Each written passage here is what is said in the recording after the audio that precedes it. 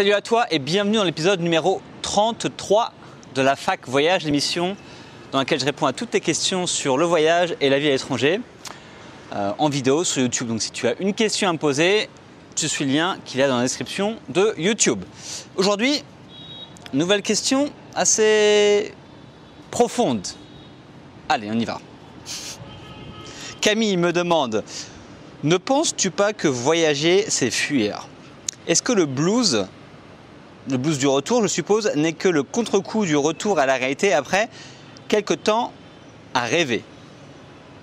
Camille, merci beaucoup de ta question. Bon, pour ceux qui ne le savent pas, la semaine dernière, j'ai répondu à une question sur le blues du retour de voyage. Donc, je mettrai le lien aussi en dessous. Donc, vous pouvez aussi aller voir cette vidéo pour plus d'informations. Alors, est-ce que voyager, c'est fuir? C'est une bonne question, ça. Et c'est un truc qu'on retrouve très souvent. Oui et non, ça dépend en fait de ton cas. C'est comme toujours. Pour moi, en tout cas personnellement, pour moi, voyager, ce n'est pas fuir. Quand je voyage, c'est pas pour fuir une situation, on va dire, dans laquelle je suis avant. De toute manière, je voyage constamment, donc en même temps, j'ai pas grand-chose à fuir vu que je vis plus en France. Mais je te dirais que pour certains, oui. Pour certaines personnes vont fuir quelque chose, vont fuir une situation qu'ils n'aiment pas, fuir un problème qu'ils ont en France, fuir un métier peut-être qu'ils n'aiment pas. Et du coup, pour voyager en espérant trouver quelque chose de mieux ailleurs, voir si l'herbe n'est pas un peu plus verte dans notre pays à l'étranger. Donc certains le font. Et je pense que pour une majorité, en fait, les gens qui voyagent ne fuient pas forcément quelque chose en France. Ils sont peut-être plutôt à la recherche de quelque chose, à la recherche d'aventure, à la recherche d'opportunités, à la recherche d'apprentissage, d'apprendre une nouvelle langue par exemple, à la recherche d'un travail à l'étranger, parce que parfois, dans certaines branches, c'est plus simple de trouver un travail à l'étranger que de trouver un travail en France. Je l'avais expliqué, par exemple, quand tu vas au Canada, c'est assez simple de trouver un boulot quand tu es français. Quand j'étais à Barcelone l'année dernière, je pouvais trouver un boulot comme ça en une semaine parce que mes qualités de francophone me permettaient de trouver un travail rapidement. Donc, il y en a qui voyagent pour juste parce qu'ils ont envie de voyager et c'est pas forcément parce que leur situation en France ne leur convienne pas. Après, on peut avoir une situation en France qu'on n'aime pas et du coup aller voyager, mais ça veut pas dire qu'on fuit quelque chose. Et je voulais te dire un truc là-dessus, c'est que généralement, partir voyager pour faire quelque chose ne va pas forcément résoudre le problème que tu fuis, notamment si c'est des problèmes liés à des relations avec des gens, famille, amis, relations amoureuses. C'est pas parce que tu t'entends pas avec ta mère ou tes parents, que tu es en conflit permanent et que tu vas voyager que ça va résoudre ce problème comme ça d'un claquement de doigts. Généralement, ça arrive assez peu souvent. Voyager peut t'ouvrir l'esprit, peut te permettre de réfléchir à d'autres choses, mais en soi, il ne permet pas forcément de résoudre des problèmes que tu vas fuir.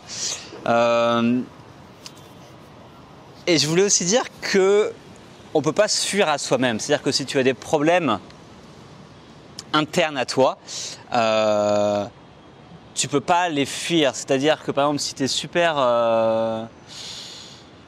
je sais pas, si tu es super introverti, tu es super asocial en France, c'est pas parce que tu vas voyager que tu vas devenir super sociable et extraverti comme ça du jour au lendemain. C'est pas du tout comme ça que ça marche. Et même si le voyage peut aider, moi je sais que je suis introverti, je l'étais beaucoup plus avant, je le suis un peu moins maintenant, mais je le suis toujours. Le voyage m'a aidé là-dessus, mais on va dire que ça m'a pas changé comme ça en un claquement de doigts. Donc on peut évoluer avec le voyage. On évolue, mais on ne change pas fondamentalement qui on est. Donc si tu n'aimes pas qui tu es en France, tu ne vas pas aimer qui tu es en voyage et à l'étranger. Il n'y a pas le voyage, c'est pas genre une baguette magique, boum, tu pars en voyage et tout change, tout est beau, tout est rose et tu règles tous tes problèmes. Non, c'est pas comme ça que ça fonctionne. Donc faut éviter, je dirais, faut éviter. Je pense que si tu as vraiment des gros problèmes en France, le voyage ne va pas résoudre tes problèmes. Il faut peut-être penser à résoudre tes problèmes justement avant de partir pour pouvoir profiter au maximum de ton voyage. Après, tu avais un rapport avec le blues et le retour à la réalité. Donc je te dirais sur cette réalité-là, parce qu'en fait, on parle souvent de réalité, mais qu'est-ce que ça veut dire la réalité? En fait, c'est quelque chose pour moi de vraiment subjectif. Chacun sa propre réalité. Moi j'ai la mienne, toi tu as la tienne. Les autres personnes qui vont regarder la vidéo ont une autre réalité. Mon voisin vietnamien il a une autre réalité que moi ou que la tienne. La réalité qu'on nous donne au JT de 20h par exemple, elle est probablement très très loin de la réalité de pas mal d'autres gens. Donc il faut faire attention un petit peu à ce concept de réalité. Et le blues du retour, contre-coup du retour à la réalité, bah, ça dépend quelle est ta réalité. Effectivement, si ta réalité avant de partir, tu ne l'aimais pas, tu es parti en voyage et tu reviens et tu retrouves dans ta réalité que tu n'aimais pas, effectivement, tu vas pas être heureux et tu vas être triste. Donc, ce qu'il faut essayer de faire, je pense, sur tout ça, c'est arriver à se créer sa propre réalité qu'on n'a pas besoin de fuir. C'est ce que j'ai marqué. On peut se créer une réalité que l'on n'a pas besoin de fuir et vivre dans une réalité qui nous plaît. Voilà, je pense que c'est super important.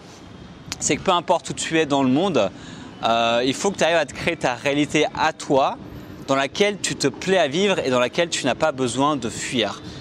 Il y a quelques fois où j'ai fui peut-être quelque chose en voyageant, où j'ai peut-être essayé de trouver une autre réalité, mais je me suis rendu compte maintenant que il valait mieux prendre ma réalité avec moi et l'emporter partout où je vais. Donc partout dans les pays où je vais voyager, où je vais vivre à l'étranger, maintenant j'ai ma propre réalité, je sais qui je suis, je sais ce que j'aime faire, je sais ce que j'aime pas faire et je la prends avec moi. Et du coup j'ai plus besoin du tout de fuir quelque chose ou d'essayer d'être quelqu'un d'autre parce que j'ai créé ma propre réalité. Et du coup je pense que c'est vraiment important. Ça prend du temps, hein, ça ne se fait pas du jour au lendemain, mais je pense que c'est important de faire ça justement pour ne pas fuir et juste profiter de la vie et profiter de tous les instants qu'on a et de profiter du moment présent. Parce que si on fuit, on pense toujours au futur. Et si on pense toujours au futur, on n'est pas forcément dans l'instant présent. Et du coup, on est toujours en train de se dire ce qui s'est passé avant, ce qui va se passer après. Et on n'arrive pas vraiment à être heureux avec qui on est. Donc pour finaliser tout ça, je dirais que il faut régler ses problèmes en France avant de partir. Je pense que c'est important. Et le voyage peut permettre aussi de se découvrir. C'est-à-dire qu'il ne faut pas le voir comme un remède miracle, mais comme quelque chose qui peut aider à votre réflexion sur qui vous êtes et ce que vous voulez dans la vie. Donc je pense que c'est comme ça que je vois le voyage. Et c'est un petit peu, mes années de voyage, c'est un petit peu ce qui en ressort en tout cas. Donc voilà. J'espère avoir répondu à ta question, Camille. Des fois, je pars dans des trucs un petit peu à droite à gauche. Mais bon, je pense que j'ai plus ou moins répondu à ta question. Donc merci pour ta question. Blablabla. Et on se retrouve pour le prochain épisode très très rapidement. À bientôt. Ciao.